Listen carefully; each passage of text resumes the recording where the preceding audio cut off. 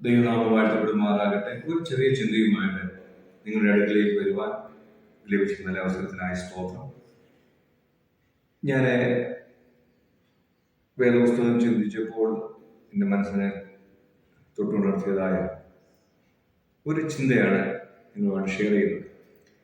വിശുദ്ധ വേദപുസ്തകം പഠിക്കുമ്പോൾ പലവിധമായ കാറ്റുകളെ കുറിച്ച് കാണുന്നതിലൂടെയാണ്.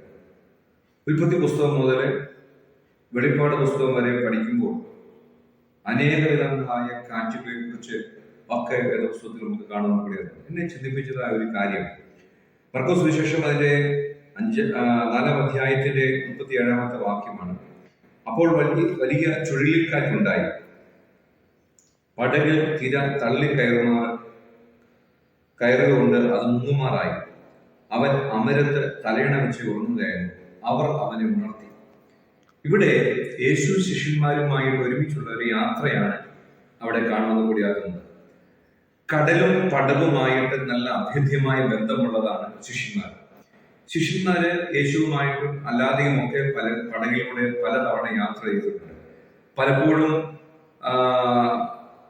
പടകിൽ കാറ്റടിച്ചപ്പോഴൊക്കെ അവർ തണ്ടുവലിച്ചു കുഴഞ്ഞു എന്നൊക്കെ കാണുന്ന കൂടിയായിരുന്നു. പക്ഷേ ഇവിടെ കാണുവാൻ കൂടിയായിരുന്നു തിര തള്ളിക്കയറുന്നത് കൊണ്ട് യേശുവിനെ ഉണർത്തി. അവർ നിലവിളിച്ചു, യേശുവിനെ ഉണർത്തി എന്നാണ് അവിടെ പ്രധാനമായിട്ട് എടുത്തു പറഞ്ഞിരിക്കുന്നത്. എന്താണ് അവർ യേശുവിനെ ഉണർത്തുവാനുള്ള കാരണം? അവർക്ക് മനസ്സിലായി, ഇത് സാധാരണ കാറ്റല്ല. ഈ കാറ്റ് ഇതിനകത്ത് അടിച്ചു കഴിഞ്ഞാൽ, ഈ തിര ഇതിനകത്ത് വെള്ളം കയറി കഴിഞ്ഞാൽ പടക് മുങ്ങും എന്ന് നന്നായിട്ട് അറിയാവുന്നത് കൊണ്ട് യേശുവിനെ ഉണർത്തിയെങ്കിൽ മാത്രമേ ഈ കാര്യത്തിന് നീക്കുപോക്ക് ഉള്ളൂ എന്ന് അവർക്ക് മനസ്സിലായതുകൊണ്ട് അവർ യേശുവിനെ വിളിച്ച് ഉണർത്തുന്നതാണ് നമുക്ക് ഈ ഭാഗത്ത് മനസ്സിലാക്കുന്ന കൂടിയാകുന്നത്.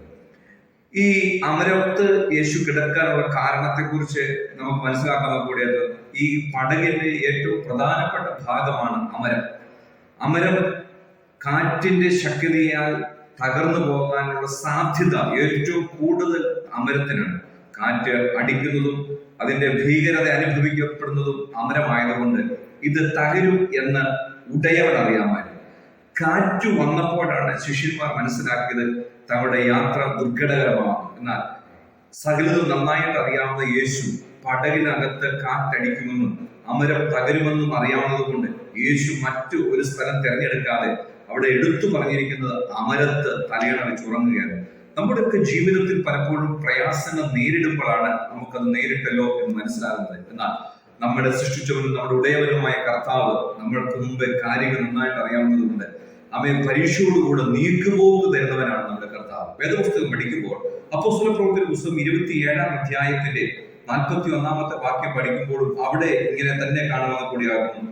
പടക് കൊടുങ്കാറ്റ് ശക്തമാകിയാൽ അമരം തകർന്നുപോയി. ഈ 27-ാം അധ്യായത്തിൽ പൗലോസ് റോമയിലേക്ക് കടന്നു പോകുന്ന ഒരു കുറ്റവാളി ആയിട്ട് കടന്നു പോകുന്ന ഭാഗമാണ് നമുക്ക് കാണാൻ കഴിയുന്നത്. പൗലോസിന്റെ വ്യക്തിപരമായ ജീവിതത്തിൽ പൗലോസിന് ഭയങ്കര വലിയൊരു ആഗ്രഹമായിരുന്നു റോമയിൽ പോയി സുവിശേഷം പ്രസംഗിക്കണമെന്നുള്ളത്. റോമയിൽ സുവിശേഷം പ്രസംഗിക്കണമെന്നുള്ള അതിയായ ആഗ്രഹം തനിക്ക് ഉണ്ടായിരുന്നെന്ന് റോമ ലേഖനം പഠിക്കുമ്പോൾ നമുക്ക് മനസ്സിലാക്കാൻ കഴിയായിരുന്നു. എന്നാൽ തന്റെ ആഗ്രഹം അത് ദൈവം അത് വാഗ്ദത്തമായി അത് വെളിപ്പെടുത്തുവാൻ കഴിയുന്നു. അപ്പോസ്തല പ്രവൃത്തിയുടെ പുസ്തകം 27-ാം അധ്യായം 23-ാം അധ്യായത്തിന്റെ 11-ാമത്തെ വാക്യത്തിൽ ഇങ്ങനെ വായിക്കുന്നു: ധൈര്യമായിരിക്ക, നീ എന്നെ കുറിച്ച് യെരൂശലേമിൽ സാക്ഷീകരിച്ചതുപോലെ റോമയിലും സാക്ഷീകരിക്കും എന്ന് യഹോവ പൗലോസിനോട് അറിയിച്ചു. പൗലോസിനോട് യേശു കർത്താവ് പറയുകയാണ്, ഒരു പ്രവചനാത്മാവിൽ പറയാണ്, വാഗ്ദത്തമായിട്ട് പറയാണ്, യെരൂശലേമിൽ എന്നെ കുറിച്ച് സാക്ഷീകരിച്ചതുപോലെ റോമയിലും എന്നെ കുറിച്ച് സാക്ഷീകരിക്കുവാൻ ഞാൻ നിന്നെ അയക്കും. എന്നാൽ 27-ാം അധ്യായം പഠിക്കുമ്പോൾ, അതിന്റെ ആരംഭ ഭാഗം തൊട്ട് പഠിക്കുമ്പോൾ ഇവരുടെ യാത്രയ്ക്ക് വളരെ തടസ്സമായി നിൽക്കത്തക്ക വിധത്തിൽ വലിയ ശക്തമായ കാറ്റുകൾ അടിക്കുന്നത് നമുക്ക് കാണുന്നത്. 27-ാം അധ്യായത്തിൽ പലവിധമായ കാറ്റുകളെ കുറിച്ച് കാണുന്നുണ്ട്. ഈ കാറ്റുകളെല്ലാം പറയുന്നത് ഈ പടകിനെ ഞങ്ങൾ അക്കരെ എത്തിക്കത്തില്ല, ഈ പടക് ഇവർ കടന്നു പോകുന്നതായ കപ്പലിനെ ഞങ്ങൾ ആഗ്രഹിക്കുന്നതായ സ്ഥലത്ത് എത്തിക്കുവാൻ ഇടയായി തീരത്തില്ല. അതിന്റെ ആരംഭ ഭാഗം തൊട്ട് പഠിക്കുമ്പോൾ നമുക്ക് മനസ്സിലാക്കുന്ന കൂടിയുണ്ട്. പ്രതികൂലത്തിന്റെ കാറ്റ്, തെക്കൻ കാറ്റ്, ഈശാന മൂലനായ കൊടുങ്കാറ്റ്, വലിയ കൊടുങ്കാറ്റ് എന്നിത്യാദി കാറ്റുകളെ കുറിച്ചൊക്കെ വളരെ ശക്തമായിട്ട് നമുക്ക് ഈ ഭാഗത്ത് നിന്ന് മനസ്സിലാക്കാവുന്ന കൂടിയായിരുന്നു. എന്നാൽ ശ്രദ്ധിക്കണേ, ഈ കാറ്റുകളെല്ലാം നിൽക്കുമ്പോൾ തന്നെ വേദപുസ്തകം പറയുകയാണ്, ഈ 27-ാം അധ്യായത്തിൽ പൗലോസിനെ പറഞ്ഞു, ഞങ്ങൾ രക്ഷപ്പെടുമെന്നുള്ളതായ സകല ആശകൾ മറ്റുപോയി.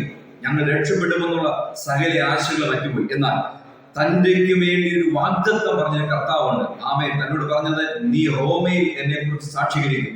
സകല പ്രതീക്ഷകളും മറ്റുപോയപ്പോൾ, സകലരും ഇനി രക്ഷപ്പെടാൻ കഴിയത്തില്ല എന്ന് ഒരുമിച്ച് വിധി പറഞ്ഞപ്പോൾ, അന്ന് രാത്രിയിൽ പൗലോസിന്റെ സമീപത്ത് ദൈവത്തിന്റെ ദൂതൻ പ്രത്യക്ഷനായി. തന്നോട് പറഞ്ഞ ഇപ്രകാരമാണ്, നീ ഭയപ്പെടേണ്ട,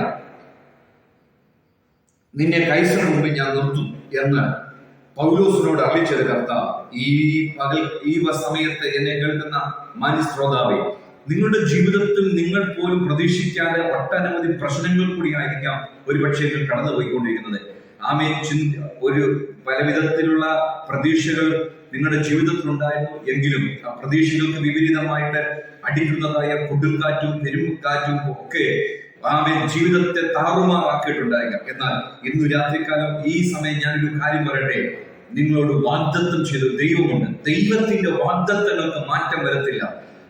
പടക് തകർന്നാലും കപ്പൽ തകർന്നാലും നിന്നെ അക്കരെ എത്തിക്കുവാൻ വാഗ്ദത്ത ദേശത്ത് നിന്നോട് അരുളി ചെയ്യുന്നതായ വാഗ്ദത്തം നിന്റെ കരങ്ങളിൽ എത്തിക്കാൻ കഴിയുന്ന ഒരു ദൈവത്തെയാണ് ഈ സമയം നീ ആരാധിക്കുന്നത്. അതുകൊണ്ട് ആശങ്കപ്പെടാതെ, ഭയപ്പെടാതെ വാഗ്ദത്തം ചെയ്ത ദൈവത്തിൽ വിശ്വസിക്കുക. അതുകൊണ്ടാണ് പൗലോസ് പലപ്പോഴും പറയുന്നത്, അവൻ എന്റെ ഉപനിധി, ഞാൻ ആരെ വിശ്വസിച്ചിരിക്കുന്നു എന്ന് ഞാൻ അറിയുന്നു. അവൻ എന്റെ ഉപനിധി, ആ ദിവസം വരെ കാക്കുവാൻ ശക്തനാണ്.